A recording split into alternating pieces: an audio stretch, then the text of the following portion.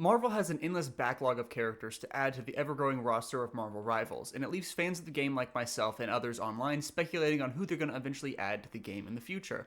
Last week, I made a video going over a top 15 list of characters that I would want to see in Marvel Rivals, just as an interesting thought experiment for myself, and currently it has 30,000 views and is my most viewed video on the channel. So we're doing a part 2 today. So if you haven't seen that first video, I highly recommend you go check it out, but what we're quickly going to do is detail all the characters that I want to see in the game, at least for this week, with 15 characters, 5 in each class, and a character list and breakdown sheet of their abilities and ults and everything you need to know about the character. I said this in my previous video, but there's characters obviously like for Duelist being like Cyclops and Nightcrawler that people obviously want to see coming into the game. Characters like Ghost Rider as well are something that you guys absolutely mentioned time over time again in the last video, and unfortunately those are not characters I'm going to talk about today because of course everyone wants those characters in the game. What I've got today is 15 unique characters that honestly I haven't seen anyone really talk about except for a few of them, and I think the powers and abilities that I have for these characters are extremely unique, so I'm really excited to tell you guys about what I have and more characters that I want in Marvel Rivals. So let's just go ahead and get into it, starting with the tanks for the first 5 characters that I have on this list. First up on our tank list, I have Doc Ock, and for his primary fire we have just robotic tentacles. Doc Ock uses his arms to swing upon anyone up to 15 meters for this ranged attack, but can also obviously do damage up close as well. The closer you are, the more damage this is going to do. For his first tactical, I have Extendo Arms. Doc Ock elevates himself using his arms into the air high above the battlefield, avoiding any ground-based attacks and melee characters, unless you're Iron Fist who can for some reason fly. Think of attacks like Squirrel Girl Stampede that he can fly above. While doing this, he also has a 1.5 movement speed increase, and Doc Ock is then equipped with a plasma rifle that does slightly more damage than his primary fire attack. For his second tactical, I have Buzzsaw. When activated, one of his tentacles turns into a buzzsaw and can cut through any overshield like butter, as well as doing damage to that enemy, obviously. This is great for cutting through things like Groot walls and different tanks' shields like Doctor Strange and Magneto, but also can cut through Wolverine and Mr. Fantastic's overshields. For his ultimate, I have Power of the Sun. The power of the sun in the palm of my hand. Doc Ock plants himself down and is then able to absorb more damage while taking less damage to his HP pool, and then picks up a single enemy with 2 of his arms and is crushing their head while also blasting them with his other 2 tentacles using the power of the sun. This is basically an isolation ult, and this is able to be matched with a buzzsaw to get rid of annoying Doctor Stranges or Magnetos that are enemy tanks that are hard to kill with their shields. For his passive, I have an arm block. He basically just uses all 4 of his robotic arms to cancel any incoming attack and blocking damage for a brief period of a time. This can only protect himself up to 400 HP. For his team up, he just has another 10% damage increased with any OG Sinister Six member. This is going to be a reoccurring thing for Spider-Man villains. Second on this list, I have the Rhino. For his primary fire, he's just got his fist. This is an up-close melee tank that uses his fists to hit people for his primary attack. He could easily break through Groot walls with maybe 1 or 2 hits and has increased damage on shields and other enemy equipment.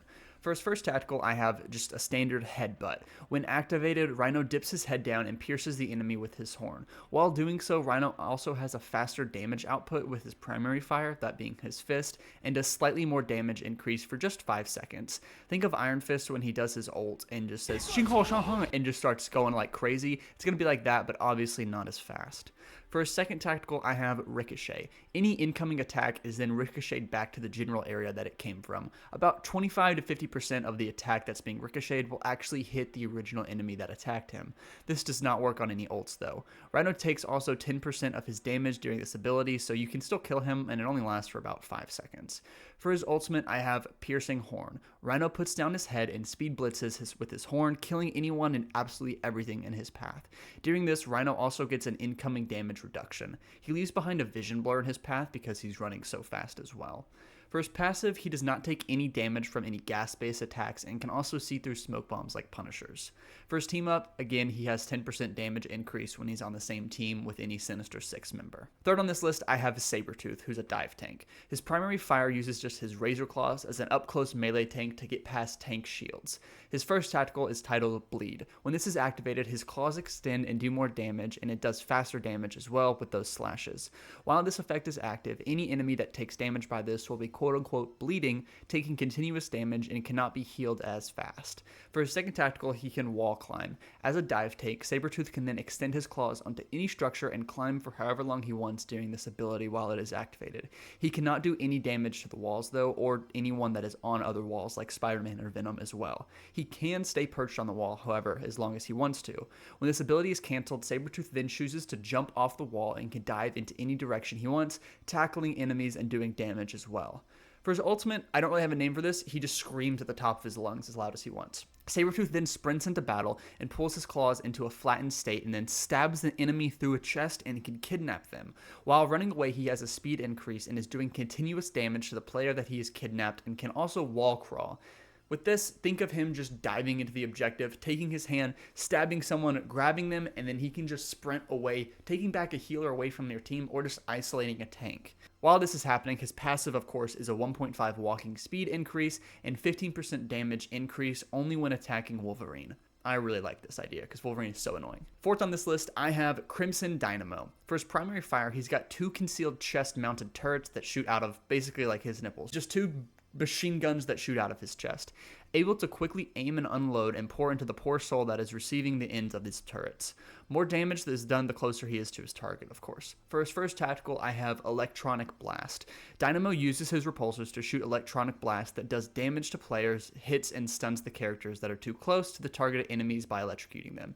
Think of him just shooting repulsor blasts, but anyone that's caught next to the enemy that he isolated then gets electrocuted and gets stunned and takes a little bit of damage as well. For his second tactical, I have Shoulder Rockets. A barrage of rockets launch from his shoulders, and you can choose to have these be concussive for holding points, muting all audios, and doing damage to people, or just explosive splash damage for holding points as well.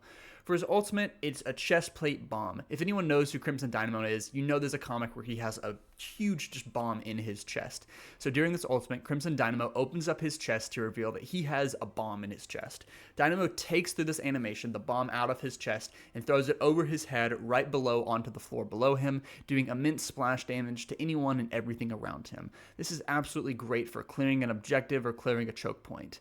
For his passive, he receives 10% less damage from any Iron Man or War Machine characters in the map. I want this guy to have like a very thick Russian accent, and I want the sound cues when he's walking to be very robotic and clunky and rusty and just obviously a dupe of Iron Man, but in a tank form where his movement is not as fast as Iron Man, of course. Lastly on this list, I have Luke Cage. His primary fire, again with another melee tank, he's just got his fists, right? Nothing too crazy there. For his first tactical, I have Thunderclap. Think of this like Hulk's iconic Thunderclap. When used, Luke Cage can clap his hands together and do a shockwave that destroys any shields, any healing bubbles as well, doing damage to enemies in the path. For his second tactical, when activated, he now has bulletproof skin. I know he always has that, but that's just the ability for this one. When activated, Luke Cage has a 50% damage reduction to any incoming attacks, except for melee attacks. While this is activated, Luke's damage output and speed while running is primarily increased and doing damage as well. So when this is activated, anyone that's shooting at him, it just takes 50% less damage.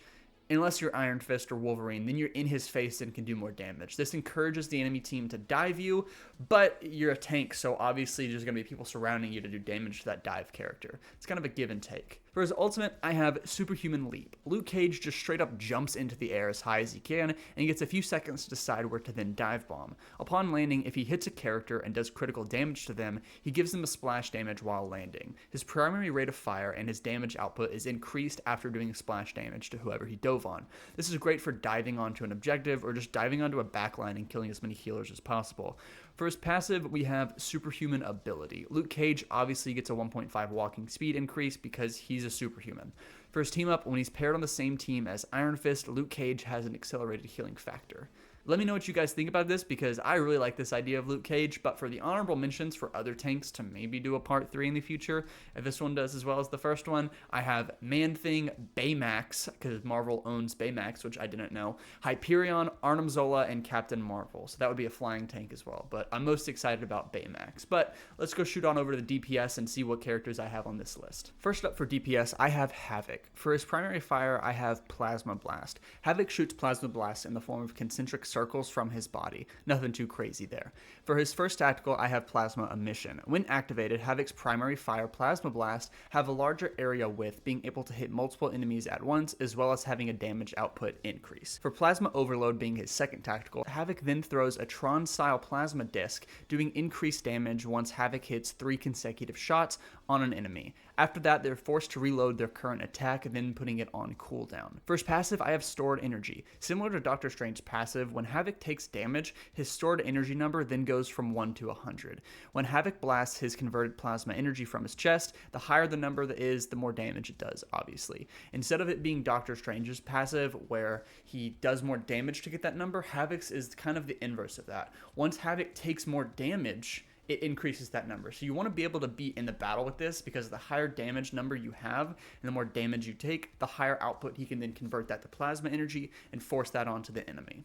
Let's go to his ult, that being Energy Absorption. When activated, Havoc blasts into the air and then does a dive bomb, killing enemies in his landing zone. At the moment of impact, Havoc's body emits circular energy blasts in all direction in a circumference, knocking back enemies in the area of effect on the ground but also in the air, allowing them to then get eliminated, picked off, or even healed from the enemy team. This is great for dive bombing and clearing points. For his passive, if you're a comic fan of Havoc, you know he has heat immunity. Havoc takes less damage from any fire-based attacks. Havoc also has a 10% less damage for Cyclops, because they're brothers and their abilities don't work on each other in the comics.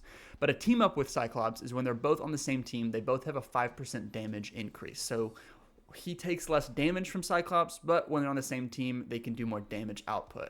Someone I'm super excited about on this list, number 2 being Gwenpool. Hear me out, guys. For her primary fire, she's just got her katanas. She's a melee ranged-based character with 2 katanas slicing and dicing anyone she deems fit. For her first tactical, I have her comic book Pink MP5. When activated, Gwen has an MP5 that has 2 50-round drum mags and obviously has fall-off damage as well. So the up close you are, the more damage you do to an enemy in your path. For her second tactical, since she's known to break the fourth wall, I have Gutter Space.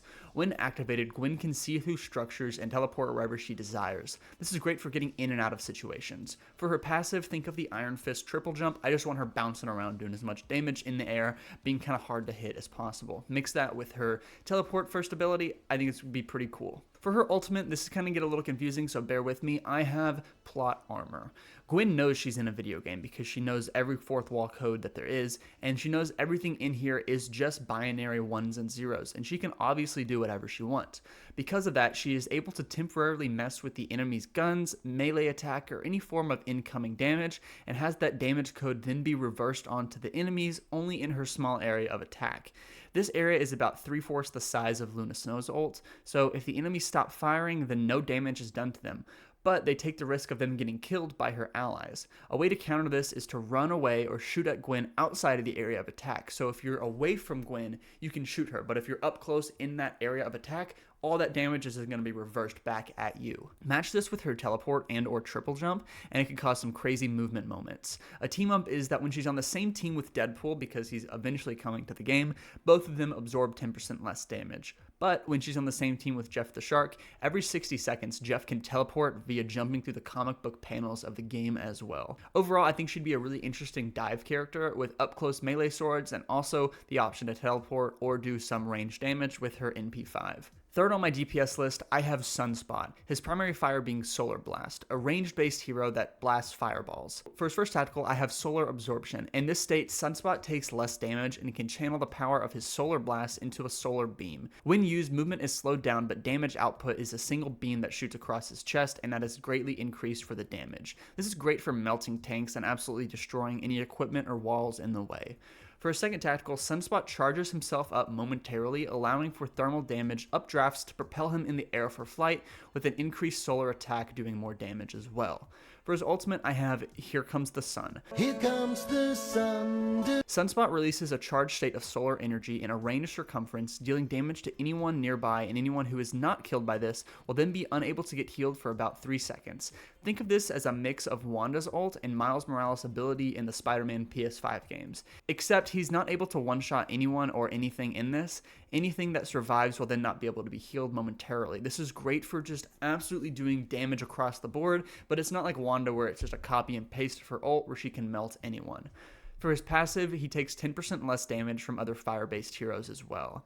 For a team up with this, I think it'd be really unique if it grants the Human Torch the ability to charge up Sunspot every 60 seconds. This is doing a third tactical blast that just gives him a huge fireball with both hands. Think of like an Iron Man ult. It's nothing crazy, but it does a lot of splash damage and can only be done when charged up with the Human Torch. These last two, to be fair, are my favorite for the DPS, and that being the Flying Falcon with Red Wing. For his primary fire, I have these red crystal daggers that he has in the comics. For his first tactical for Falcon, Red Wing scans the area and Falcon is then able to spot enemies. Think of a Bloodhound scan from Apex Legends. The enemies that are spotted are susceptible to taking 10% more damage. For his second tactical, he has a speed flight increase and a damage increase as well. He has a third tactical as well, that being every 90 seconds, Falcon shoots one big dagger from his wings. This is able to be basically like a Legion mine from Rainbow Six Siege. The enemy that is hit with this has to stop moving and stand still to take out the attacking Legion that's in him, and taking out this dart basically has to make them stand still. If this dart is not taken out, it will do continuous poison damage until it is then taken out. For his passive, he's flying. Nothing too crazy there. He has a team-up ability with Captain America and Bucky, granting all three of them a 20% damage increase when they're teamed up together. For his ultimate, it's just a bird screech, titled Bird Swarm. Falcon and Red Wing call in a swarm of birds to dive bomb an area of attack. Think of Psylocke's circle that she bombs and has an area of attack there. All these birds are going to be flying down, doing damage like the swarm from Black Ops 2. Doing damage to enemies in the area, but you can also pick out one character to pick up into the air with the birds, doing 10% more damage just by isolating them, allowing the team to then attack that enemy. Lastly, on this DPS list, I have the one and only Green Goblin. For his primary fire, he shoots laser blasts emitted from his glider. It's pretty basic. For his first tactical, I have Pumpkin Bombs. During this duration for 10 seconds, Goblin can cycle between explosive pumpkin bombs to lob down below and do splash damage, or his second type of pumpkin bomb that is just a laughing gas. This gas has an area of effect that stuns movement and does continuous damage to those that are in the area of effect.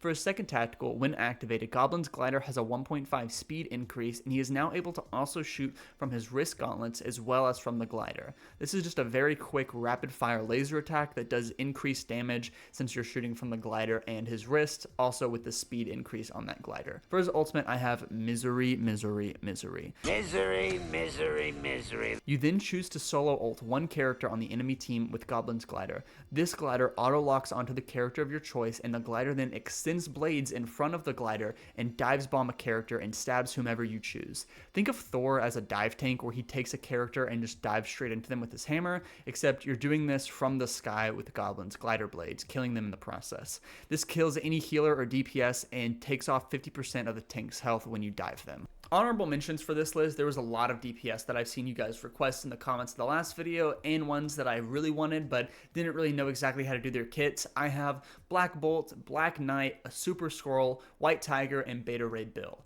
If this video does just as well as the other ones, then those are the 5 I'm going with in the next video. But let's hop on over to the healers and round out this video. First up on my healer list, I have Heimdall. His primary fire is him swinging his huge sword.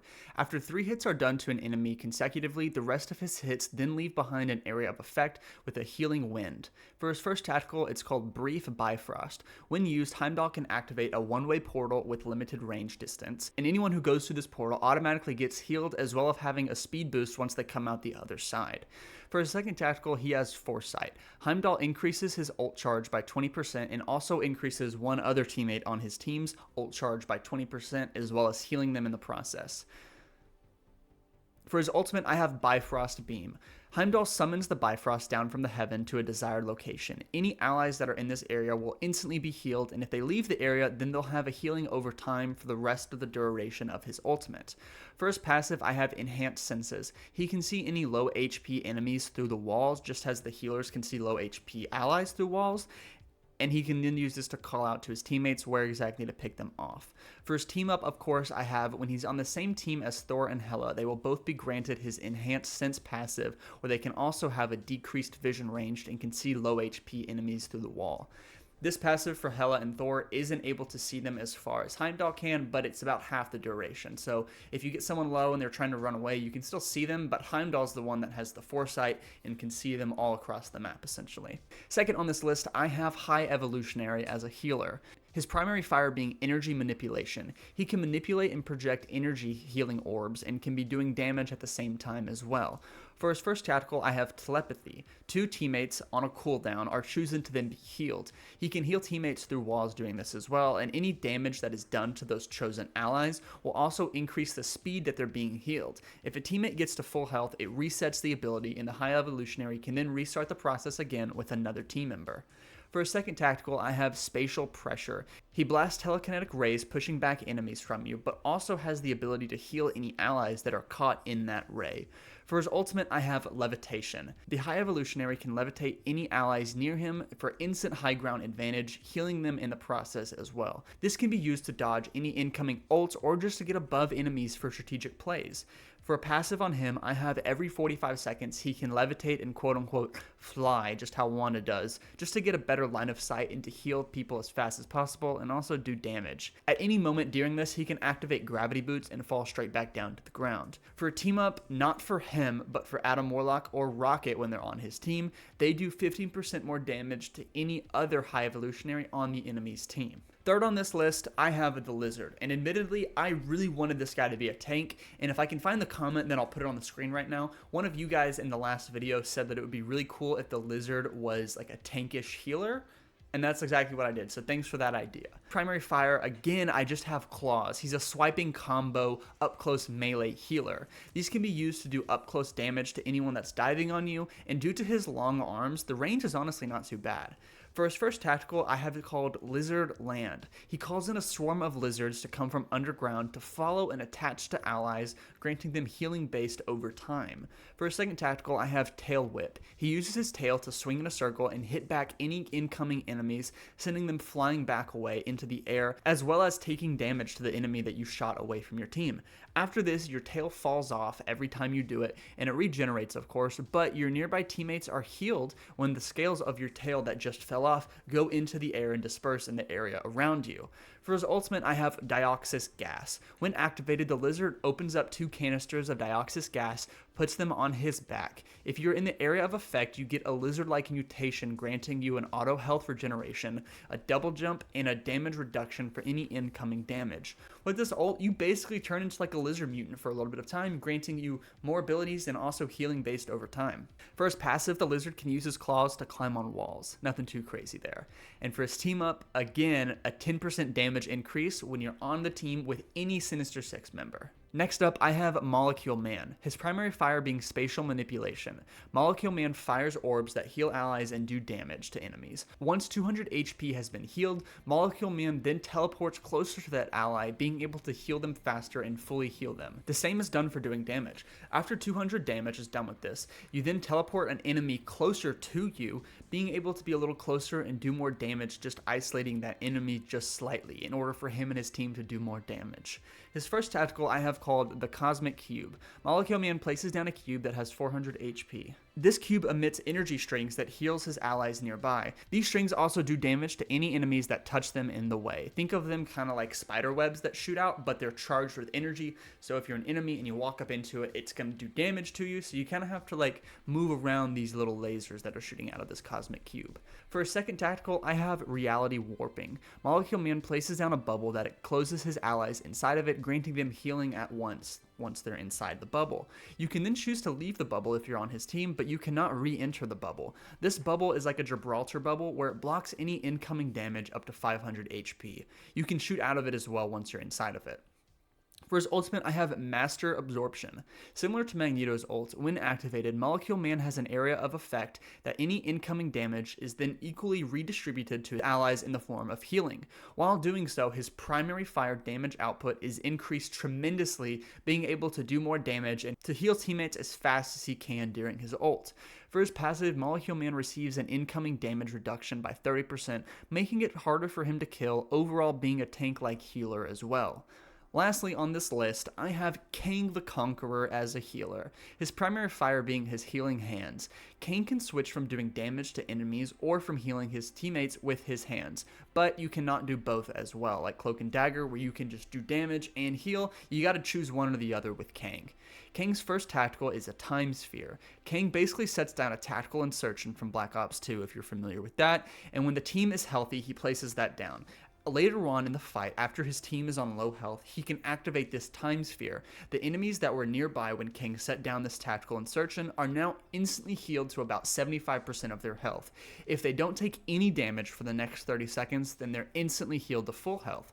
This quick heals anyone, but it's not too broken. Once it's popped up, you save your teammates by giving them health, but you can still be killed in the process as well because you're not fully healed. For a second tactical, I have an anti-gravity device. King throws down a bubble that heals anyone inside of the bubble and reduces incoming attack by 50%, that being only projectiles.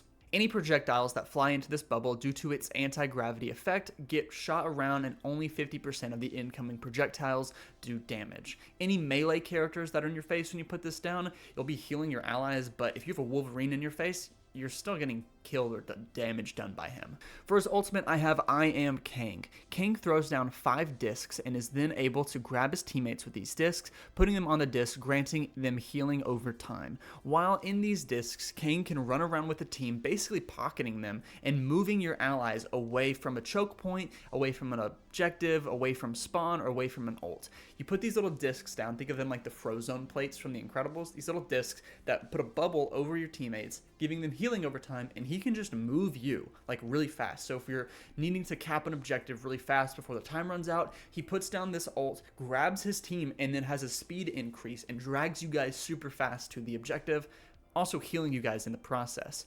You can also opt out of these discs at any time. If you have someone trolling you and wants to put you in a bubble and take you off the map, you can just click B or whatever it might be on PC to opt out of this and not be moved as well.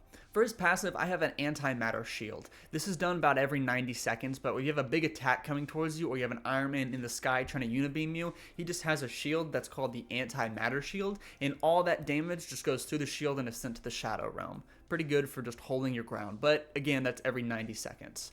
Honorable mentions for healers. Again, if this video does well, these are who I'm doing next time. I have Mr. Negative, Doorman, Pixie, Forget-Me-Not, and Shuri, Black Panther's sister. I think all 5 of these would be really interesting healers, so run this video up, get it to 30k views like the last one, and that's who I'm doing next time. But overall, what do you guys think of this list? Thank you guys so much for watching the video, and thank you guys so much for watching the last one and absolutely blowing it up. I love making these types of videos, and it's pretty obvious you guys like watching them too. So if you've stuck around this long, please consider liking and subscribing. It helps the videos go out there, helps the videos grow, helps the channel grow, and when you subscribe, it helps me know that you guys like these videos, and I'll keep making more because of them. But truly, from the bottom of my heart, thank you guys so much for watching. Thank you guys for taking the time to watch my videos and support the channel as well. It means a lot. So I'll see you guys in the next one. Let me know your thoughts down in the comments below because I really like these ideas. Let me know who you'd add to the game or who you want to see next time if I make a part 3 to this series. So take care until I see you guys next time. Bye.